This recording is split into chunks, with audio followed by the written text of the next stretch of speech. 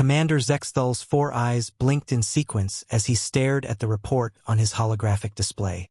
The Galactic Wildlife Conservation Authority rarely dealt with situations that stumped their xenobiologists, but this case had them completely baffled. "You're telling me," Zexthal said, his chitinous mandibles clicking nervously, "that 3 Corvin Shadowstalker cubs are trapped in the wreckage, and not a single predator species on Kepler for 42b will go near them?" Dr. Elon, the station's chief xenobiologist, nodded her serpentine head. Her scales shimmered with anxiety patterns. "The Shadowstalkers are apex predators, Commander. Their cubs should be irresistible to scavengers and rival predators. Instead, the entire ecosystem has created a 3-kilometer exclusion zone around the crash site. Even the Drakmori steelclaws? Especially the steelclaws. Our sensors detected them approaching the perimeter twice, but they both turned back after getting within 50 meters of the wreckage." Zexthal's primary arms folded across his thorax, while his secondary pair continued manipulating the holographic data. The crash transport ship had been carrying a family of Shadowstalkers when it went down during an ion storm 3 days ago. The adults hadn't survived, but bioscanners confirmed 3 cubs were alive in the sealed cargo bay. "What about our rescue teams?" Dr. Elon's scales shifted to deep purple, the Noshian equivalent of embarrassment. "Our Class 7 battle mechs detected some kind of presence and refused to proceed. The AI systems reported undefined threat parameters and initiated emergency withdrawal protocols." "The mechs are afraid?" "It appears so, sir." Zexthal stood and began pacing, his 6 legs clicking against the metal floor in a staccato rhythm. In his 300 years of service, he'd never encountered anything that could intimidate both organic predators and artificial intelligence simultaneously. "Sir," Communications Officer Veltar interrupted from across the command center, "I have an incoming transmission from the Human Diplomatic Corps. They're offering assistance." "Humans?" Zexthal paused mid-stride. "How did they even know about this situation?" "Apparently, their monitoring stations picked up our distress beacon. A human vessel is already en route to Kepler 442b. Dr. Elon's scales rippled with uncertainty. "Commander, with all due respect to our human allies, if our advanced mechs and the planet's apex predators won't approach those cubs, what makes them think they can help?" Zexthal remembered the human saying he'd learned during diplomatic training. "Sometimes you need a different kind of crazy." At the time, he'd thought it was just another example of human linguistic imprecision. Now, facing an impossible situation, those words took on new meaning. "Patch them through," he ordered. The holographic display shimmered and resolved into the image of a human male with graying hair and weathered features. His species' strange bilateral symmetry still unnerved Zexthal after all these years, but there was something reassuring about the human's calm demeanor. "Commander Zexthal, I'm Captain Jake Morrison of the USV Tenacious. We understand you have a situation with some stranded cubs." "Captain Morrison, I appreciate the offer, but this isn't a standard rescue operation. Something about these cubs is triggering every predator instinct on the planet.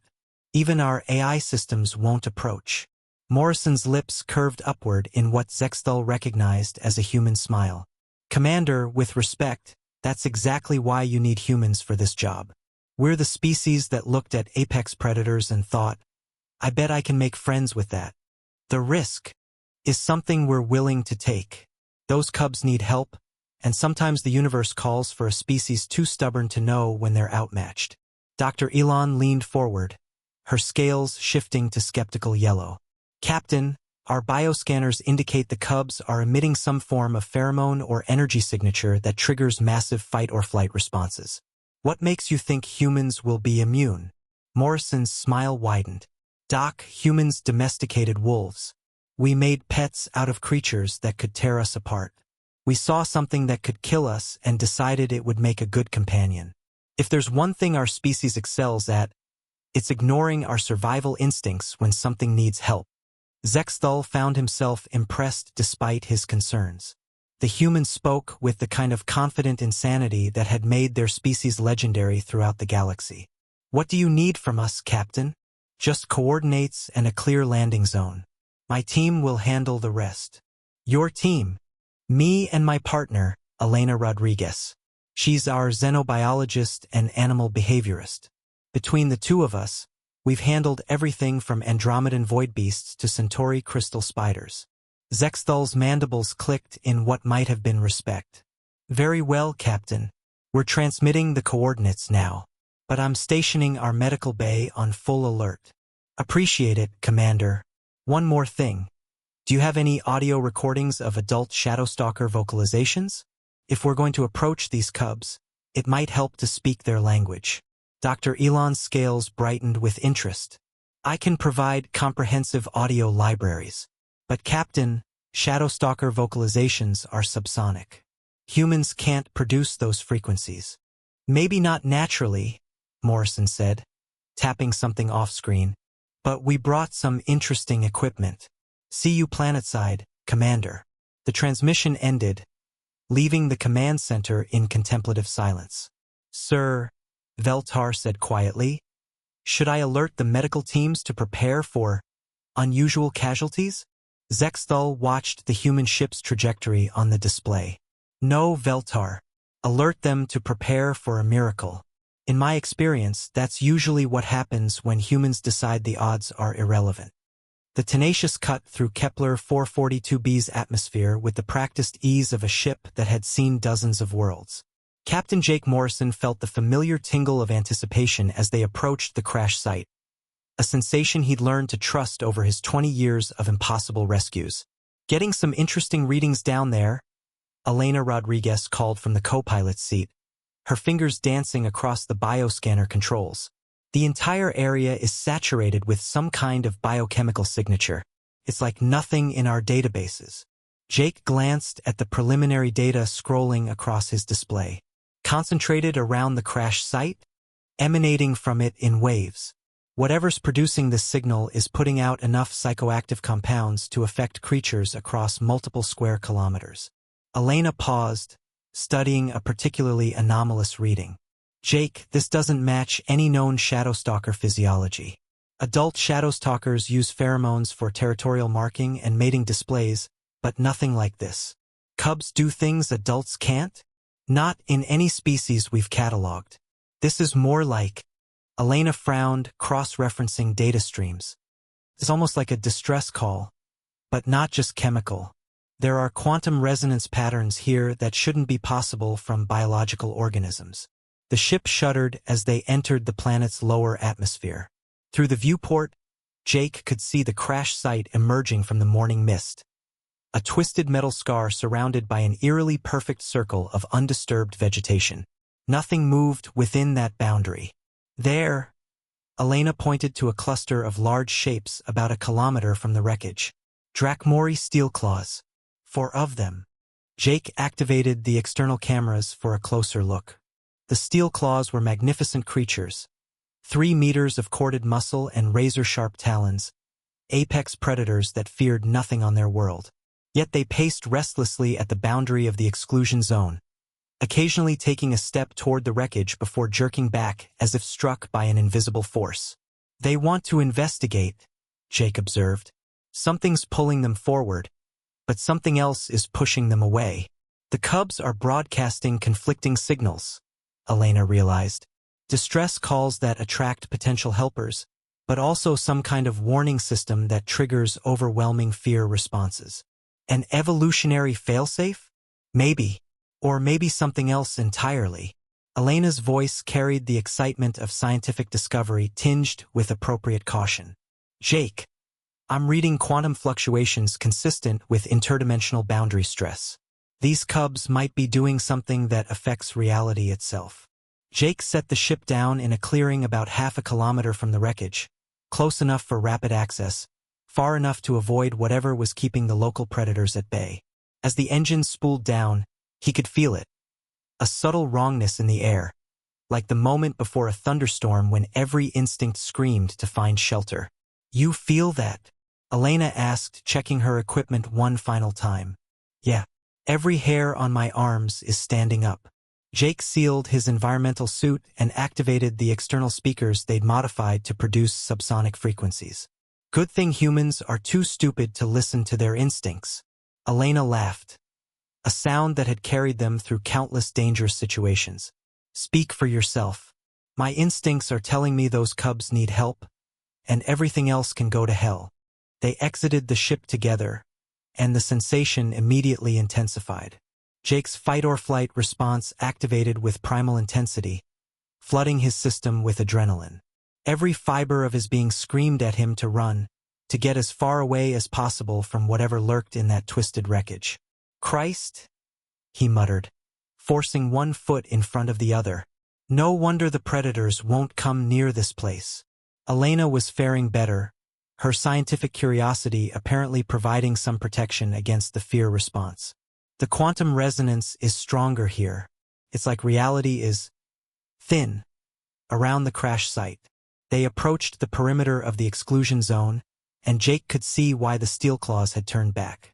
The fear wasn't just psychological, it was a physical force pressing against them, making each step forward feel like walking through thick syrup while being electrocuted.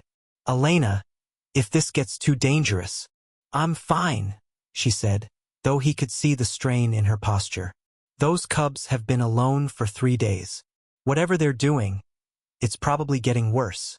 A sound echoed across the landscape, low, mournful, and utterly alien. The remaining local wildlife that had been observing from a safe distance immediately fled, leaving the humans alone with whatever was calling from the wreckage. Was that Shadowstalker cubs? Elena confirmed, checking her audio analysis. But the frequency patterns are all wrong. They're calling for help, but also something else. Jake activated the modified speakers and played back a recording of adult Shadowstalker comfort vocalizations. The response was immediate, a chorus of answering calls that made his bones ache with their intensity. They can hear us, Elena said, her face lighting up despite the oppressive atmosphere. They know someone's coming. Another step forward. The fear response was getting stronger, but so was something else. A pull like gravity drawing them toward the wreckage. Jake realized that the cubs weren't just broadcasting fear. They were also projecting desperate hope, and somehow humans were uniquely positioned to feel both signals without being paralyzed by the contradiction. Elena, I think I understand why the other species can't handle this. The conflicting signals? More than that, predators are binary thinkers, threat or opportunity, fight or flight. But humans, we're the species that feels terror and compassion simultaneously and chooses compassion anyway. Elena nodded, understanding. We're wired to run toward danger if something helpless needs us, even when every rational thought tells us to run away. They reached the wreckage perimeter, where the twisted hull of the transport ship rose like a metallic mountain from the scarred earth. Jake could see the sealed cargo bay where the cubs were trapped, and his modified speakers picked up their responses to his vocalizations. They're scared, Elena said, monitoring the bio readings. But they're also excited? Happy? Jake, I think they know we're different from everything else that's tried to approach. Different how? Elena smiled, and for a moment the oppressive fear lifted. We're not running away. The cargo bay door had been twisted in the crash, creating a gap just wide enough for Jake to peer inside. What he saw made him question everything he thought he knew about Shadowstalker biology. 3 cubs huddled together in the far corner of the bay, but they weren't the sleek, predatory creatures he'd expected.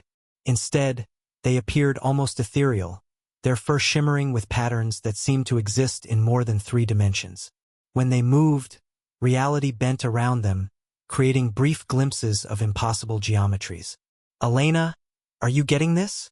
Elena pressed close beside him, her scanner working overtime. Jake, these aren't normal Shadowstalker cubs. The quantum signature is off the charts. It's like they're partially phased into another dimension. One of the cubs noticed them and let out a call that bypassed Jake's ears entirely, resonating directly in his bones. Unlike the fear-inducing broadcasts from before, this sound carried pure, desperate hope. Hey there, little ones, Jake said softly, activating his translation speakers. We're here to help. The cubs pressed closer together, their dimensional phasing intensifying. Through his visor, Jake could see brief flashes of what looked like star fields and cosmic phenomena where the cubs' bodies should be solid. "They're not fully in our reality," Elena breathed. "That's what's been affecting the local wildlife. The cubs are broadcasting across multiple dimensional boundaries, and most species can only process the fear component of interdimensional contact. But humans can handle it?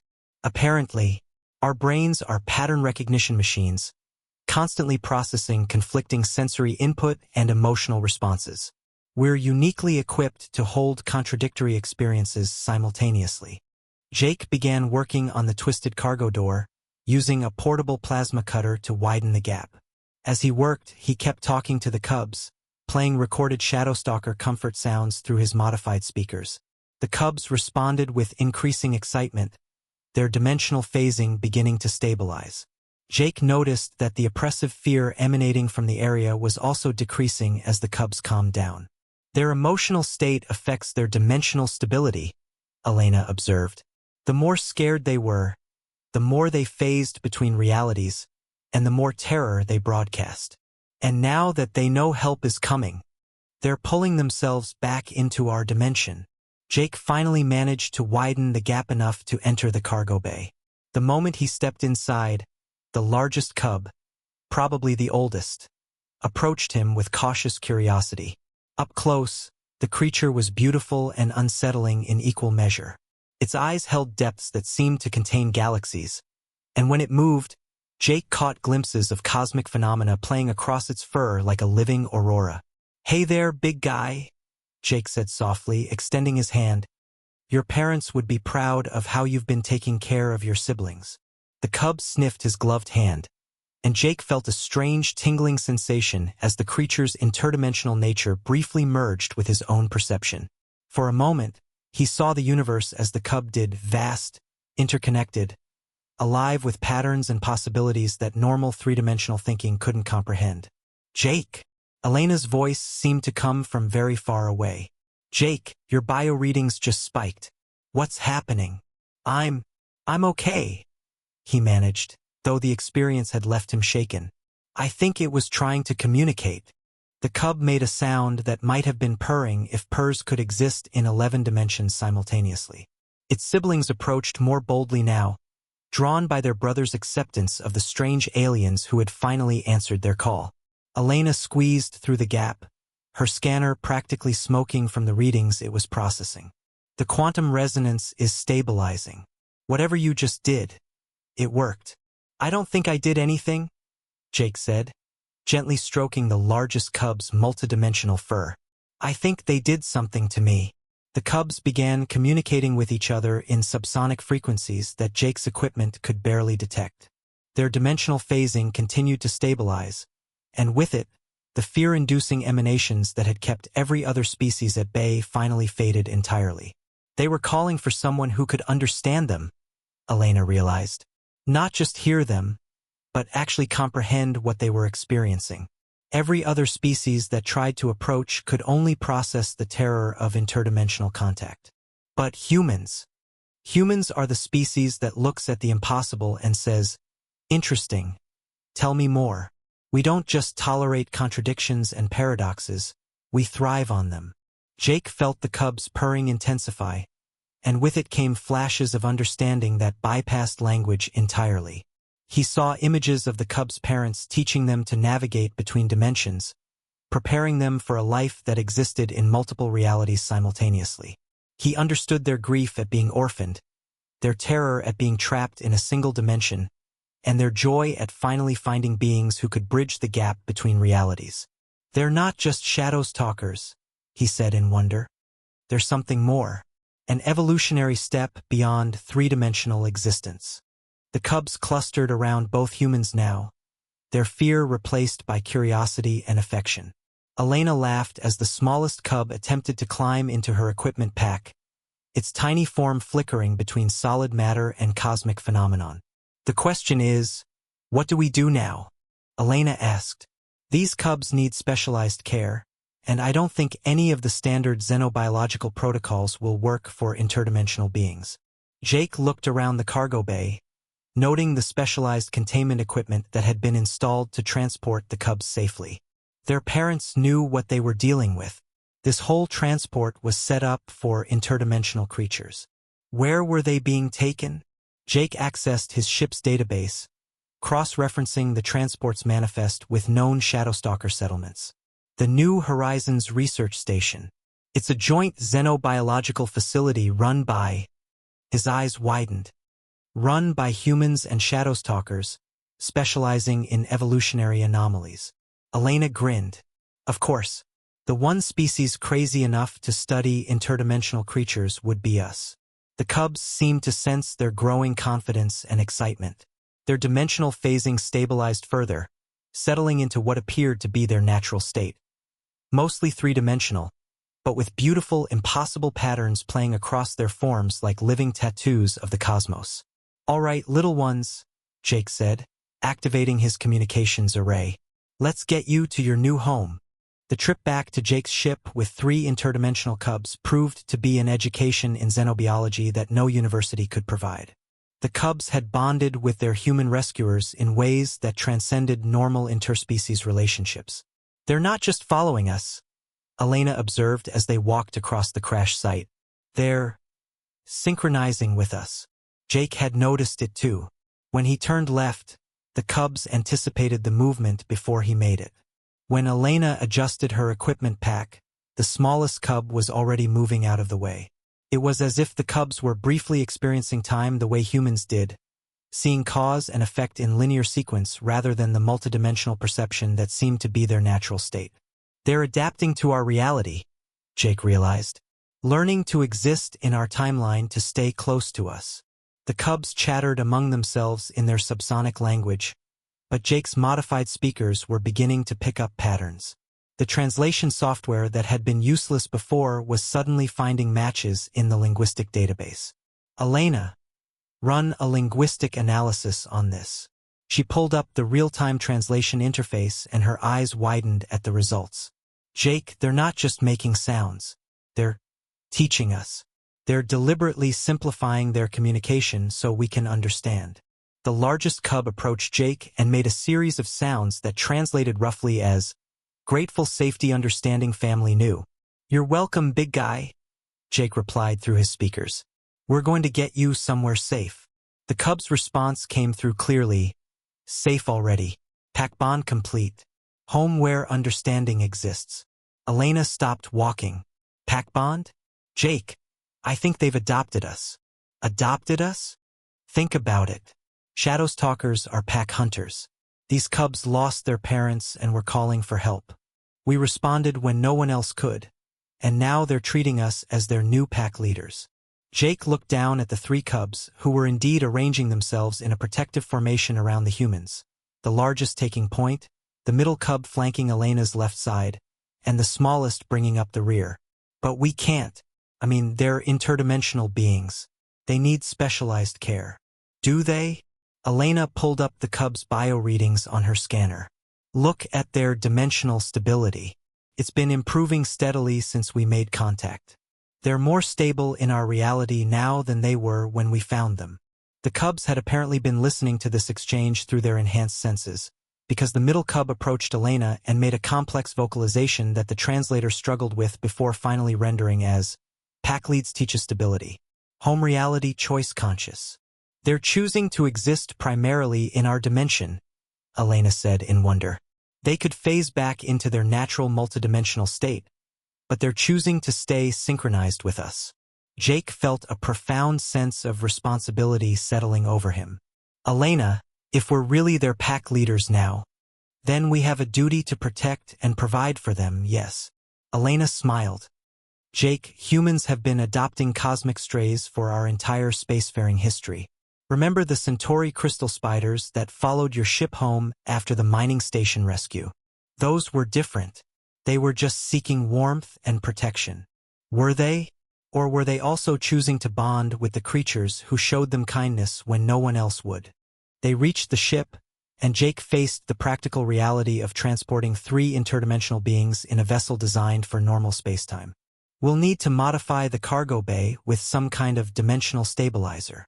The smallest cub, who had been relatively quiet throughout the journey, suddenly perked up and made a sound that translated as, "Help provide solution." Before Jake could respond, all three cubs moved to surround the ship's cargo bay.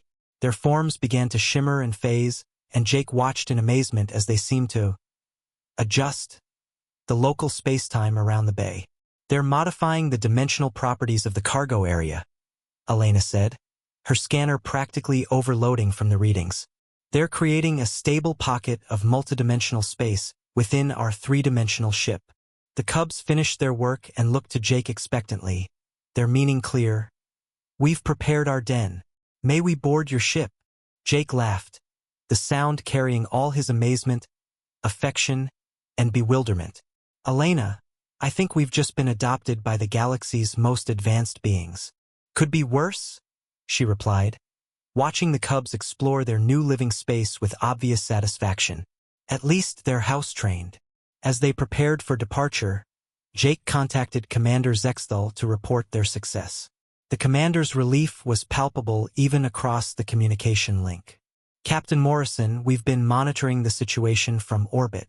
The exclusion zone has completely dissipated, and local wildlife is returning to normal behavior patterns."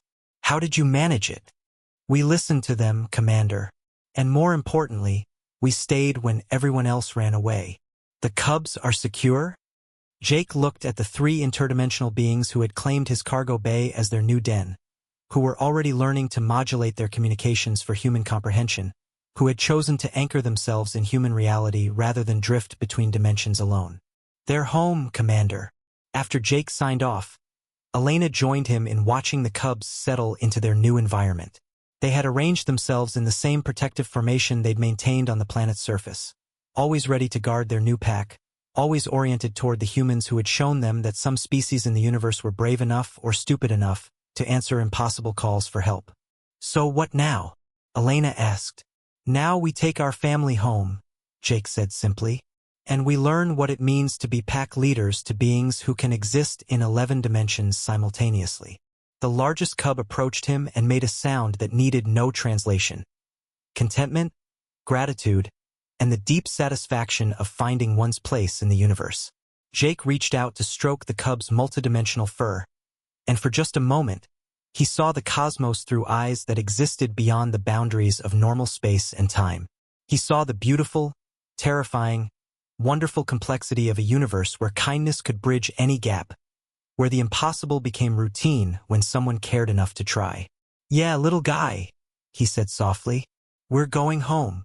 6 months after the rescue, the New Horizons Research Station had become the galaxy's premier center for interdimensional xenobiology, largely thanks to 3 very special residents who had insisted on staying close to their human pack leaders. Dr. Elena Rodriguez found Jake in the observation deck, watching the cubs play in their specialized habitat.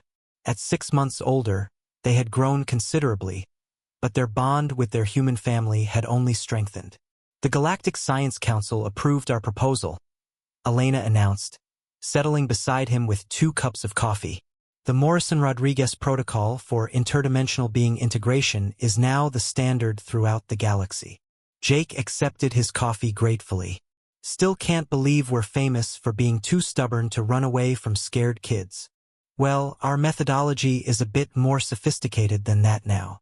Elena pulled up a holographic display showing their latest research. "Turns out humans aren't the only species capable of interdimensional bonding, just the first ones crazy enough to try it." Through the transparent aluminum barrier, they watched the cubs demonstrate their latest ability, teaching other species to perceive multiple dimensions simultaneously. A group of young Noshian researchers were participating in the session, their scales shifting through colors that had no names in three-dimensional space. "They're growing into their role as teachers," Jake observed. "Remember when they were just scared kids calling for help? They're still kids," Elena reminded him. "Just kids with the ability to perceive the fundamental structure of reality." The largest cub, now nearly adult-sized and designated officially as Navigator, for his ability to guide others through dimensional transitions, noticed the humans watching and approached the barrier. His greeting was a complex harmonic that the station's universal translator rendered as, "Pack leaders, pride shared, teaching successful." Jake activated the communication interface. "We're proud of you too, Navigator. You and your siblings are changing how the entire galaxy thinks about reality." The Cub's response carried undertones that spoke of deep contentment and purpose. Pack mission understanding spread. Universe less frightening when knowledge shared. Elena smiled, remembering their first terrifying encounter with these beings. He's right, you know. The more species that learn to interact with interdimensional phenomena, the less frightening it becomes. Speaking of which, Jake said, checking his chronometer, the delegation from the Andromedan Cooperative arrives tomorrow.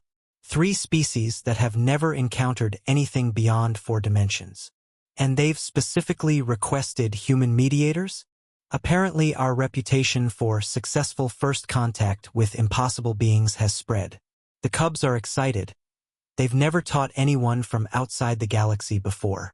Elena watched Navigator rejoin his siblings, who were now demonstrating how to fold spacetime to create pocket dimensions for storage. The young Noshian researchers were having mixed success, but their enthusiasm was unmistakable. "Sometimes I wonder what would have happened if we'd listened to our instincts that day," she mused. "If we'd run away like every other species." Jake considered this. 3 Cubs would have died alone and scared. Reality would still be fracturing around the crash site, and the galaxy would still think interdimensional beings were monsters to be feared. Jake activated the habitat's transport system, allowing the Cubs to phase through the barrier into the observation deck. The smallest Cub, now designated Harmony, for her ability to synchronize different species' perceptions, immediately curled up next to Elena's chair. The middle Cub, Compass, took his usual position where he could keep watch over the entire room. "How did the session go?" Elena asked, switching to the subsonic frequency range the Cubs preferred for casual conversation. Navigator's response carried harmonics of satisfaction and mild frustration. "Students' eager learning rapid. Some concepts still difficult 3-dimensional thinking. Learning to perceive 11 dimensions takes time," Jake said diplomatically. "Even for humans." Harmony made a sound that was definitely laughter. "Humans learn differently. Not logic first. Emotion connection first. Better for impossible concepts." Compass added his own observation. "Other species calculate probability before attempting. Humans attempt then worry about probability." Elena and Jake exchanged glances. Even after 6 months, the Cubs' insights into human psychology continued to surprise them. "Is that why you bonded with us?" Elena asked. "Because we approached without calculating the odds?" The 3 Cubs exchanged communications too rapid and complex for the translator to follow. Finally, Navigator responded with unusual formality. "Pack bond formed because understanding demonstrated. Not understanding facts. Understanding need." Cubs called for family. Humans heard family call. Mathematics irrelevant when love involved. Jake felt the familiar tingle of interdimensional perception as Navigator's emotions briefly merged with his own consciousness. For just a moment, he experienced the Cubs' perspective on that first meeting. The overwhelming loneliness, the desperate hope, and the incredible joy of finally finding beings who answered need with compassion rather than fear with flight. "We heard you," he said simply. "And we came. Always come," Harmony added, her voice carrying certainties that transcended dimensional boundaries. "Pack bond permanent across all realities." Elena stood up, stretching muscles that had grown stiff during the long observation session. "Well, pack leaders, I think it's time we got our Cubs some dinner. Tomorrow's going to be a big day." As they headed toward the Cubs' dining area, Jake reflected on the strange path that had brought them here. 6 months ago, he'd been a standard search and rescue captain. Now he was co-director of the galaxy's most important xenobiological research station, pack leader to 3 beings who existed partially outside normal spacetime, and co-developer of protocols that were revolutionizing interspecies contact throughout the known universe. Elena. Yeah. When the history books are written about first contact with interdimensional species, what do you think they'll say about us? Elena laughed. the sound echoing off the station's corridors as 3 interdimensional cubs playfully chased each other through 11 dimensions simultaneously. They'll say humans were the first species in galactic history to look at cosmic horror and see cosmic orphans instead. Navigator paused his play to approach Jake one more time. History books miss important point. What's that? The cub's response carried the weight of absolute truth across multiple dimensions. Not first species to help, first species to stay. As they continued toward dinner, Jake realized that Navigator was right. The galaxy was full of species capable of heroic acts and noble gestures. But humans were apparently unique in their willingness to commit to the long, difficult work of building relationships across impossible boundaries. They had answered a call for help and discovered they were adopting a family. They had saved 3 cubs and found themselves becoming teachers to the galaxy. They had faced cosmic horror and chosen cosmic love. And in the end, Jake thought that might be the most human thing of all.